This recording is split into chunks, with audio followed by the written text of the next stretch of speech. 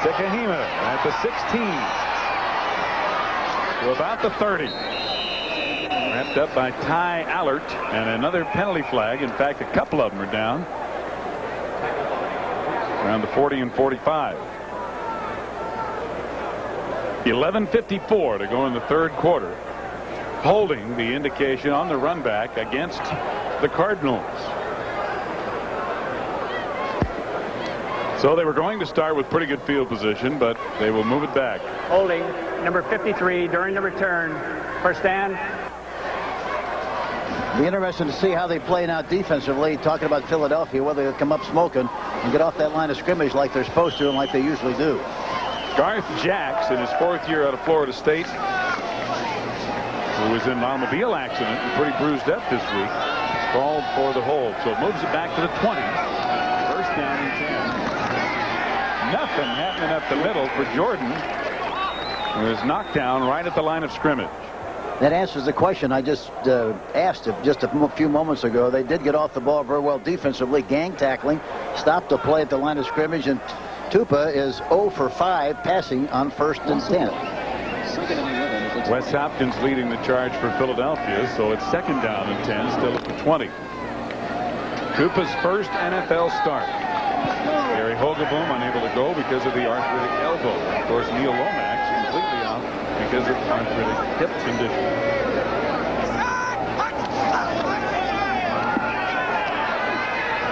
Complete and immediately hit out of bounds as the tight end Rob Awald.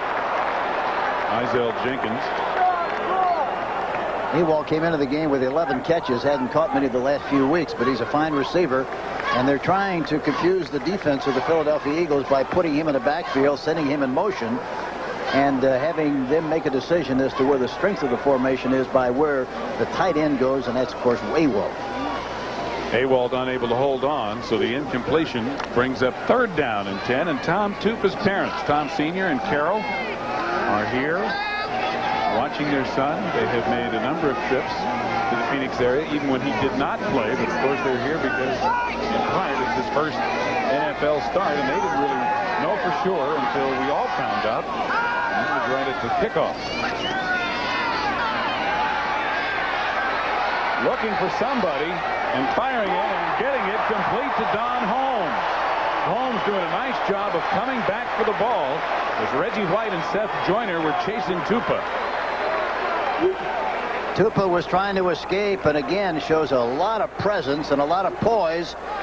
See, he's back in the shotgun. And there's the pressure. You see Brown, 99. He goes inside of the rush of the defensive end, is looking all the time, spots the receiver downfield, hits him low, and it's a first down for the Cardinals. A great play by Tom Tupa, I think. You never saw it, as you see. J.T. Smith off and running. Deep into Philadelphia territory, dragged down by Isaiah Jenkins, but there is a penalty flag down on the play again. J.T., the NFL's leading receiver, coming into the game, and it appears to be against Philadelphia. Holding number 95 defense. Penalty decline. First down. Al Harris called for the defensive hold. He also played here at Arizona State. He's a right linebacker. 95. Let's see where he is. Well, he had his hands on Awald, looks like, the tight end. Dave, you get the number. But I think also the thing that made that play successful, Steve, was the fact that they won on a quick count, which you have to do if you're going to shift and create a lot of formation. 34 years old next week. J.T. Smith will be a 29-yard gain. Jordan. Fumble. But it looks like Phoenix will retain possession. It's going to be 2nd down as one of the Cardinals' interior linemen fell on the ball at about the 30. And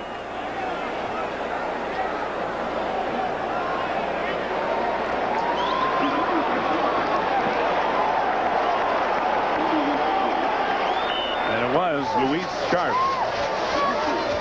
out of UCLA who made the recovery. Luis, born in Cuba.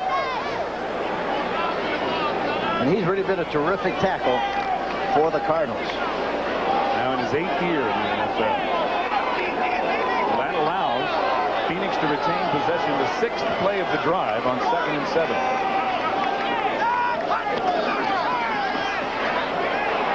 Blitz. Reggie White coming strong and incomplete, intended for J.T. Smith, but underthrown. Eric Allen with the coverage on J.T. You talk about blitzing teams and why people blitz. They don't just blitz to blitz.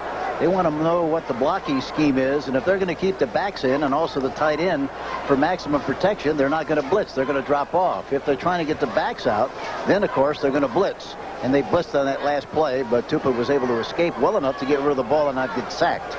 It's 7-5. Philadelphia leading with 9:17 to go in the 3rd quarter. 3rd down and 7 at the Philadelphia 30. Got to get the ball inside someplace in the middle, the way that defense is spread out.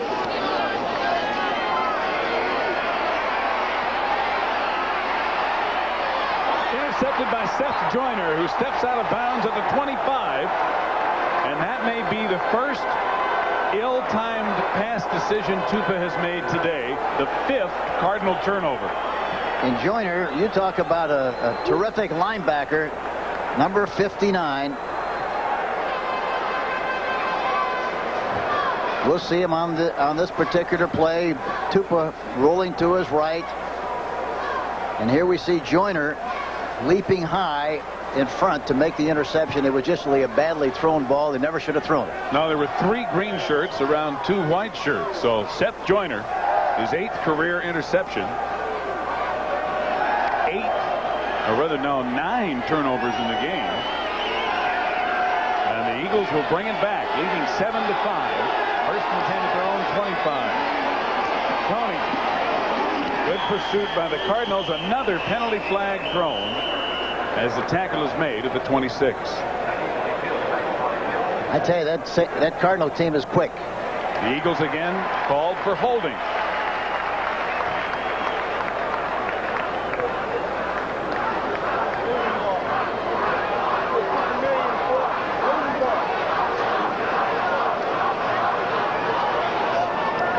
Holding, number 88 offense, still 1st down.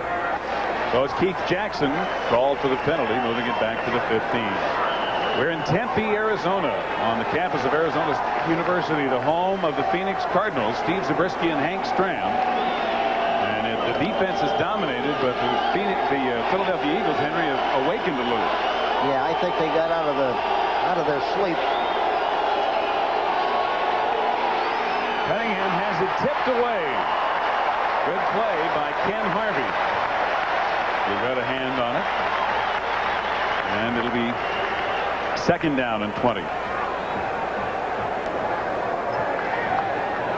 Eric Hill, that middle linebacker, terrific player. And, of course, Harvey also doing a terrific job, number 56. To show you that the Eagles have awakened, Hank, in the entire first half, they had 78 yards of offense. The last drive on which they scored to take the lead, they went 72 yards. Well, they'll continue to do that if they keep throwing the ball on 1st again to spring it around.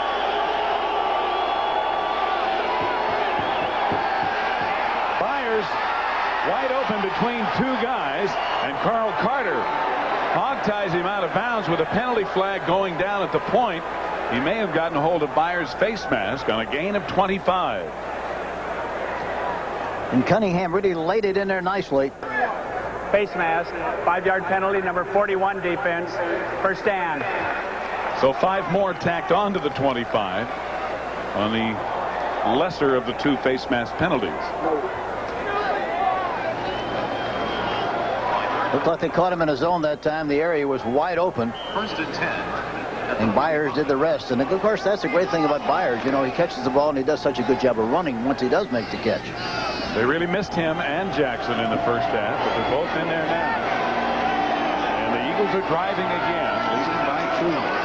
Tony, running off the blocks, has the 1st down as he gets to the 40 of Phoenix. Tony really made a great move. He ran off the block of the center. It looked like Alexander, number 72. And he popped it to the left side. Now watch your Tony now, number 25, the fullback.